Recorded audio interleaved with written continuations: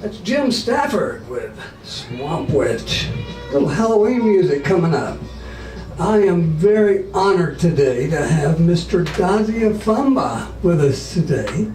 He is the CEO and founder of Our Seeds Tomorrow. How are you, Dazia? I'm fine. Thank you for having me, sir. Well, thank you for being here. We need to share your story. Yes, sir. Yes, sir. It's fascinating. Let's start with telling us about your background. You come from royalty. Yes, I'm truly blessed to be from the family that was born. Very honored, sir. Well, tell me all about it. Just fortunate and blessed to have had great-grandparents that were very instrumental in some major development in the country. I'd like to start by my great-grandfather, who I'm named after, was Chief Dazia from Liberia, West Africa, the northern part of the country. He and his brother, another chief, Sumokota, was very instrumental in donating 3,000 acres of land to the Liberian government to build the first teacher training institute in the country. Fantastic. Yes, sir. And that teacher training institute transformed the entire country, nation, generation after generation, because that was where teachers were trained and went across the country to different schools and universities. And also fortunate to have a father who also was a Padua chief. Padua chief is like a governor for the Ymca clan, Zaza district in northern part of Liberia. Right. And he also was very instrumental in much more farming, protecting the people during war. And he was very instrumental in building nursery for pregnant women in the villages to come to the city to have the children, because midwives were not available and accessible in the smaller village. And also we're fortunate to have had my mother father, who was the Honorable George Michael Johnson, who was on the High Court, senior judge in the Republic of Liberia at the Temple of Justice. He was called poor man lawyer. He would represent the poor people when the wealthy and rich people were taking the land. Yeah. And yes, he would go down and just pro bono, or work for nothing. So he was known to be poor man lawyer, but he was serving very high in the country. And he gave a lot to a lot of people. He was also instrumental in shaping my father's direction, and my mother, the land we have, he donated that. He supported my father through the university. And also my father was a school teacher. He went to the same teacher training institute that his grandfather donated. Yeah. And he became a teaching all around the country. That was how he made way to the University of Liberia, graduated, and also became a high government official as well. So very, very blessed family, and I'm just grateful to have been born within this family. Well, you said that you came to the United States in 1985? Yes, sir. Came in 1985. My mother fought for us back in 1979, and we left Liberia to kind of stay with a green card. We came here, and unfortunately came to the United States, and I went to Columbia High School in Decatur and graduated from Columbia High School and went to Maryville College, worked for Emory, worked for Military Networks, and started a telecom firm here in Atlanta. And now I'm doing philanthropy. Well, that is fantastic. Yes, sir. That's fantastic. How did you come about forming Our Seeds Tomorrow? It's part of the legacy that I have just explained. We would travel very young because I was young when my great-grandfather died. Basically, I don't remember too much about him, but I remember the face. And the story that is all being told by Chief Dazia. Every time I appear places, when I call my name, the people will be curious. And what's your name? And I said, Dazia. And the next question would be, oh, is that your grandfather, Chief Dazia? Or when I say yes, and all of the women would be dancing, they would take their clothes, put it on the ground to walk on. And I was very young, but did not understand what that represented. Right. And I would always ask, but why are they taking their clothes off? Well, I was very young, did not know, but it's a royalness when they do that. So as I grow up, everywhere when I travel, I call my name. And people would say, was that your grandfather? And I would say yes. And people always say to me, you got big shoes to wear, young man. Yeah. Have you been back to Liberia since? Yes, I traveled back in 1999 when my father died to bury him. And then the country went into civil war again. So I was supposed to be traveling between December and February of this year back to Liberia to negotiate 1,000 acres of land for our Seeds Tomorrow campus. So back to your original answer, how our Seeds Tomorrow got started. It got started by all of these great stories hearing from father, grandparents, great-grandparents, all the good deals that they have done over the years.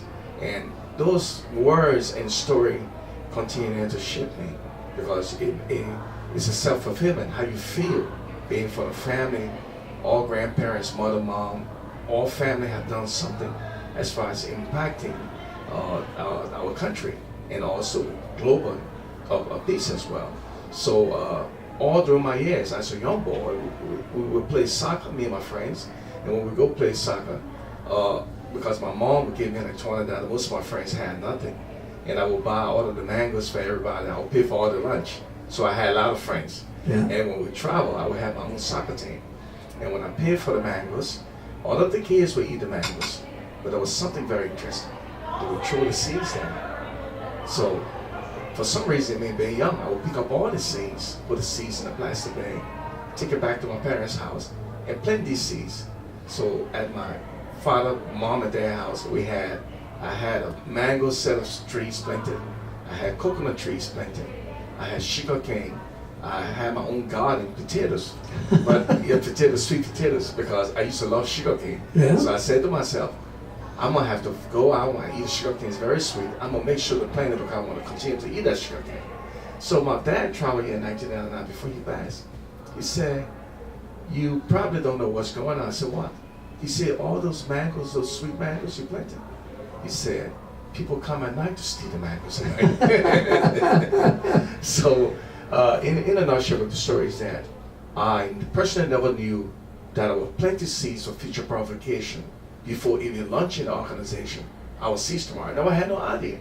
So when you look at the unique story of me planting seeds, which I call the young seed planter at a very young age, and today, coming to the U.S., I launched the organization. I've been working on it for a while, but I got disabled in 2008 by a drunk driver. My spine got injured, and from that time, I took the money from my Social Security package and pulled about $25,000 to launch this organization, to impact life, to change, to transform, and to give someone else an opportunity. Because the greatest gift you can give to anyone is education, is information. So what we have is a sense of the awareness piece, the health education, enlighten people on making the right decision, have their choices, have to die. Folks can understand to have control of their own life, go to school and decide your future. And that's where we are today. And our Seeds Tomorrow continue to take ships in Metro Atlanta, and we are working on our campus in Liberia. So this trip I'm making will be to negotiate the land, which is 1,000 acres of land. And the family, I don't think I will have problem because the name itself speaks for the in the scenery I'll be returning to. Right. Yes, sir. Right. Well, you have a project going here in Atlanta Yes, sir. as well, and it's to bring bicycles. Yes, sir. Tell me all about that. We first launched in 2013, and has been doing the health initiative for quite a while, almost 5 years, going to 6 years, working with a professor for Ymca, Dr. Neil Schumann.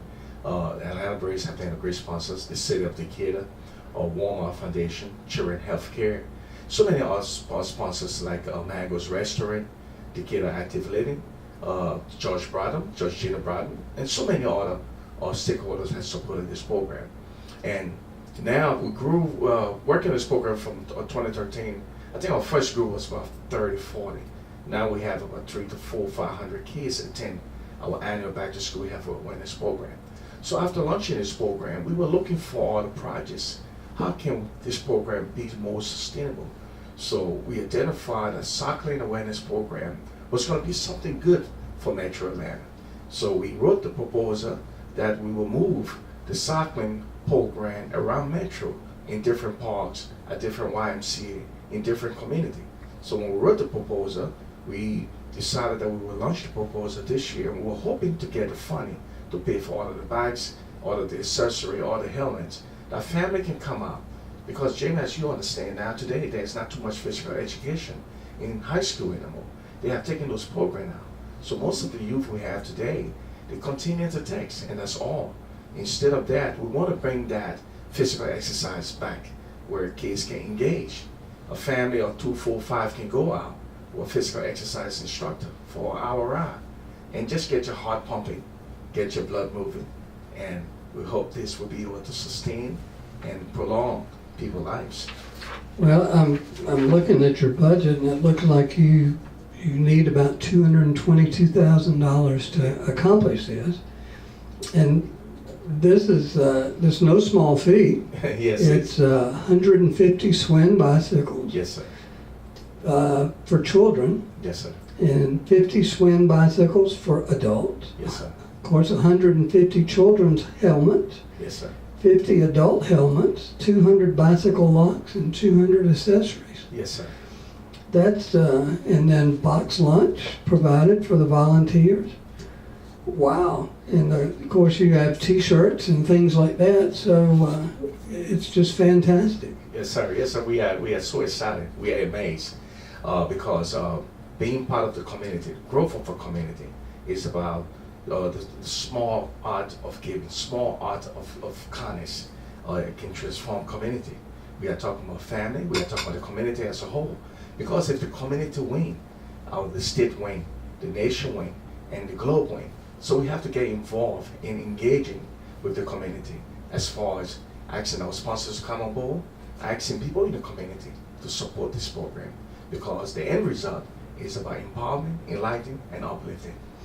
You know, our goals and our main focus is basically the same as yours. It's educating youth and giving health and wellness. So there's a lot of synergy between our two organizations. So I just congratulate you on what you're doing, and I'm so proud of you.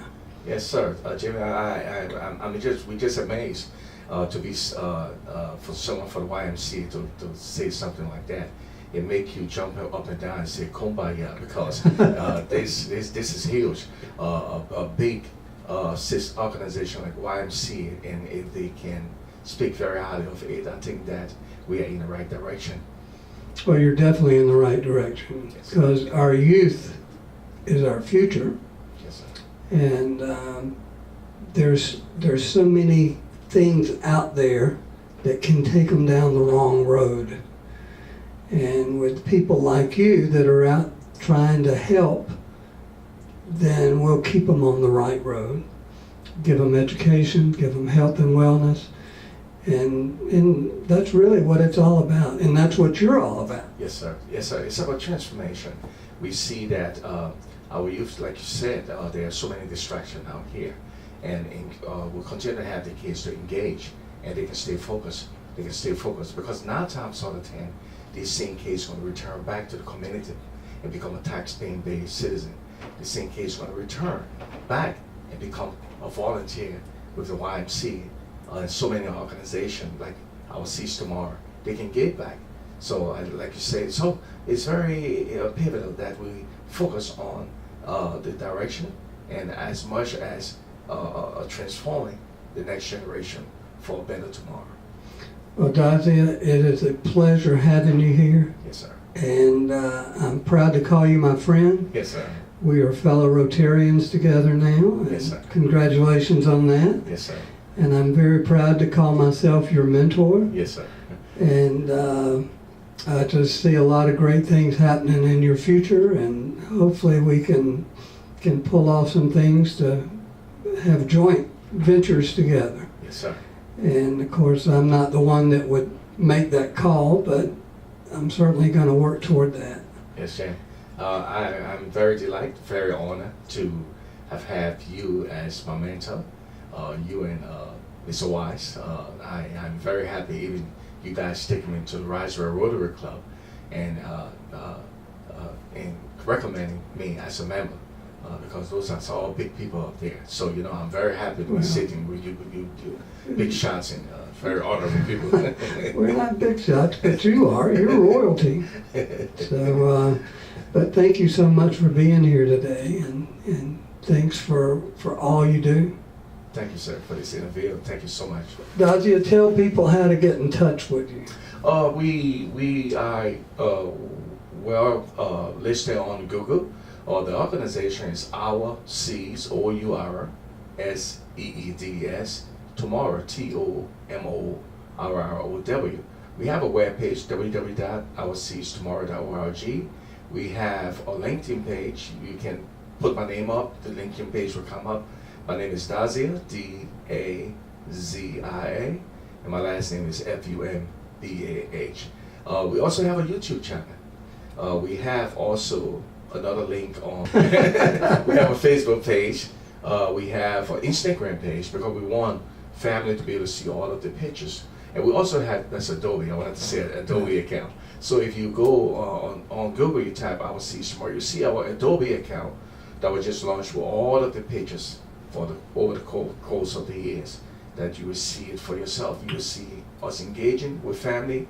And also we are just amazed to have Lisa Rimmer, who was also one of the major journalists here in Atlanta, was the speaker for our last program.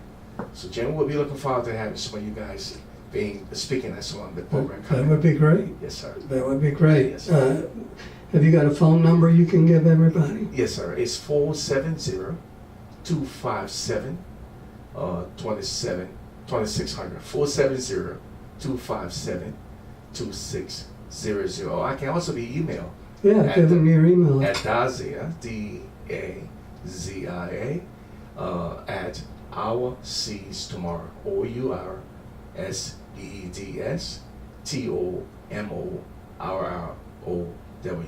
.org. Yes, sir. Yeah, .org. Yes, sir. Okay, well, thank you so much, Dazia. It's been great having you. It's awesome. And I want you to come back and do this on a regular basis and give us some updates, okay, on how things are going. Yes, sir. And whenever you have something to report, let me know. And, Yes, sir. And be glad to get you on and tell everybody about what you're doing. Yes, sir. We would be so happy when it's time to launch the program to come back and sit with you again, maybe a week before, a few days before, so we can let the Atlanta public know to come out. And as we move the program from different parts around the city, we want to be able to enlighten so many of our metro residents, to join the movement. Well, that would be fantastic. Yes, sir. Would love that. Yes, sir. Well, thanks for being here today. Thank you so much, sir. Thank you so much. This is Elmore James with Take Me Where You Go.